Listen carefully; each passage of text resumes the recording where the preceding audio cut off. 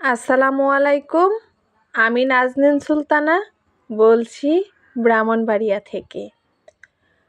আজ এক বড়লোক রিক্সা চালকের সঙ্গে দেখা মিলল। অফিস থেকে বের হয়ে রাস্তার পাশে দাঁড়িয়ে আছি রিক্সার অপেক্ষায়। আজ অফিস থেকে বের হতে হতে একটু দেরি হয়ে গেল। সকাল 6:30টায় বাসা থেকে বের হয়ে টিউশনি শেষ করে অফিসে এসেছিলাম। এরই মধ্যে বাবা বেশ কয়েকবার কল দিয়েছে, বাসায় কখন আসবে, ইফতার বানাবে না বাসায় এসে। বাবাকে বিরক্তি স্বরে উত্তর দিলাম, আসবো। বাবা সেই কথা শুনে আমাকে জিজ্ঞেস করলো, আজকে তো দেরি হয়ে গেল, কখন এসে ইফতার বানাবে। বাবাকে বিরক্তি স্বরে বললাম, আচ্ছা আর বাসায় এসে ইফতার বানাবো না, কারণ সময় বেশি নেই। আজকে আমি বাহির থেকে ইফতার কিনে এনে সবাই মিলে ইফতার করব। এই বলে তো বাবাকে সান্ত্বনা দিলাম, কিন্তু কখন বাসায় যাব। সব কিছু ভাবতে ভাবতেই অন্য পাশে তাকিয়ে দেখি একজন রিকশাওয়ালা ভাই আসছে। একটু জোরে স্বস্তি ফেলে ভাবলাম, যাই হোক, বাস স্ট্যান্ড পর্যন্ত যাওয়া যাবে। প্রতিদিন তো বাসায় এসে 40-45 মিনিটের মতো সময় পাওয়া যায় ইফতার বানানোর জন্য, যদিও বা আমার কাছে খুবই কষ্টদায়ক। এত কিছু করি, কিন্তু স্বস্তি নিয়ে কোনোদিন পরিবারকে ইফতার বানিয়ে খাওয়াতে পারলাম না। এই ভাবতে ভাবতে দেখলাম যে রিকশাওয়ালা ভাই আমার খুবই কাছে এসে দাঁড়িয়ে বলল, আপা যাবেন নাকি? বললাম, জি ভাই যাব। বাস স্ট্যান্ড যাবেন? বলল, হ্যাঁ। বললাম, ভাড়া কত? উনি মুচকি হেসে বললেন, দিয়েন আপা যা দেওয়ার। ভাড়া নিয়ে কথা বলতে বলতেই লক্ষ্য করলাম ওনার একটি হাত নেই। আমি আশ্চর্য হয়ে তাকিয়ে রইলাম। হঠাৎ আমাকে বলল, উঠেন আপা। আমি উঠলাম। যদিও বা বেশি সময়ের রাস্তা না, 5 মিনিট হলেই যাওয়া যায়। আমি হঠাৎ করে ওনাকে জিজ্ঞেস করলাম, ভাই আপনার নাম কি? উনি মুচকি হেসে বলল, আমার নাম মোস্তফা।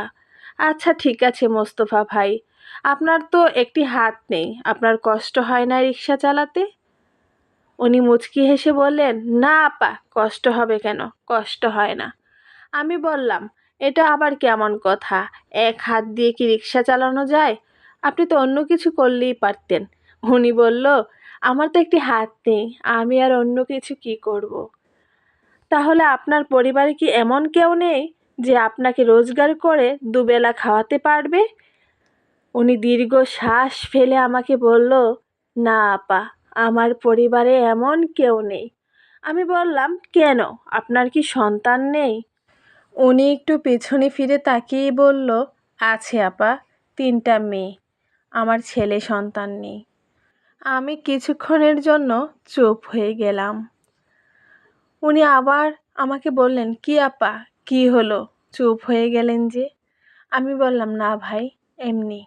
আচ্ছা, আপনার মেয়েদের কি বিয়ে দিয়ে দিয়েছেন, না ছোট ছোট? তবে আপনার বয়স দেখে তো মনে হয় না যে আপনার সন্তানরা ছোট। বলল, না আপা, এখনো মেয়েরা পড়াশোনা করে।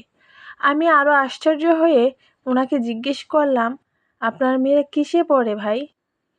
উনি আমার উত্তরে বললেন, আমার বড় মেয়েটা রাজশাহী ইউনিভার্সিটিতে পড়াশোনা করছে, আর আমার মেঝো মেয়ে, সে ইন্টার ফাইনাল পরীক্ষা দিবে আগামীতে, আর আমার ছোট মেয়েটা ক্লাস 8-এ পড়ে। আমি চুপ হয়ে ওনার দিকে এক দৃষ্টিতে তাকিয়ে রইলাম। আমার অজান্তেই কেন যেন আমার চোখের কোণে পানি চলে আসলো। আমি উপলব্ধি করতে পারছিলাম যে এই পরিবারে একটি ছেলে সন্তান থাকে না, সে বাবার কতটা কষ্ট হয়। যেই পরিবারে একটি ছেলে সন্তান থাকে না, সেই বাবাই বুঝে শেষ বয়সেও তাকে কত দায়িত্বের ভার কাঁধে নিয়ে হাঁটতে হয়।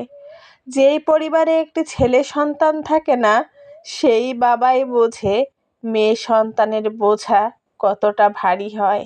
আমি অবাক হয়ে মোস্তফা ভাইকে জিজ্ঞেস করলাম, মেয়েদেরকে এত কষ্ট করে লেখাপড়া শিখাচ্ছেন, আপনার কষ্ট হয় না? উনি আমাকে মুচকি হেসে উত্তর দিলেন, জানেন আপা, আমার একটি হাত ছিল না, আমি রিক্সা চালক। তারপরও আমার স্বপ্ন ছিল আকাশ ছোঁয়া।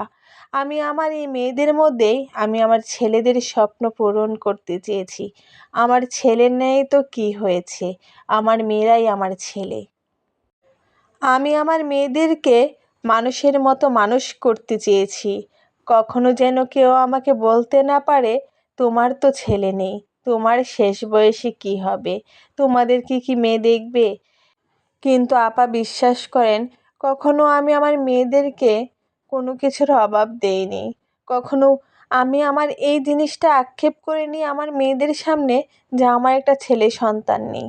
মানুষ আমাকে অনেক কথা শুনিয়েছে, অনেক কিছু বলতো।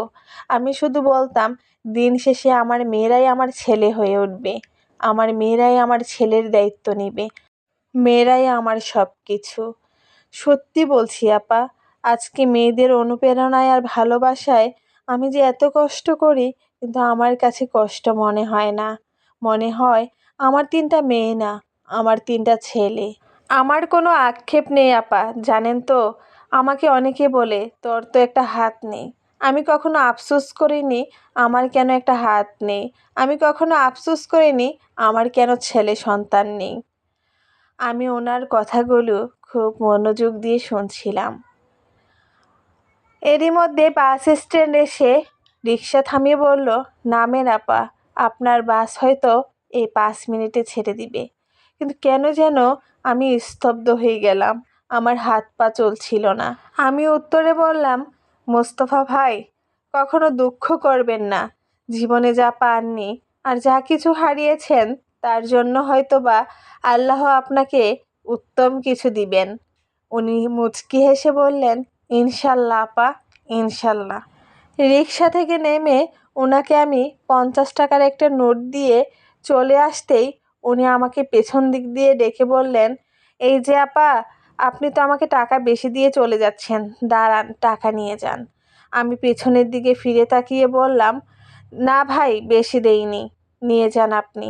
উনি বলল, না, 20 টাকার ভাড়া আমি কেন 50 টাকায় নিতে যাব।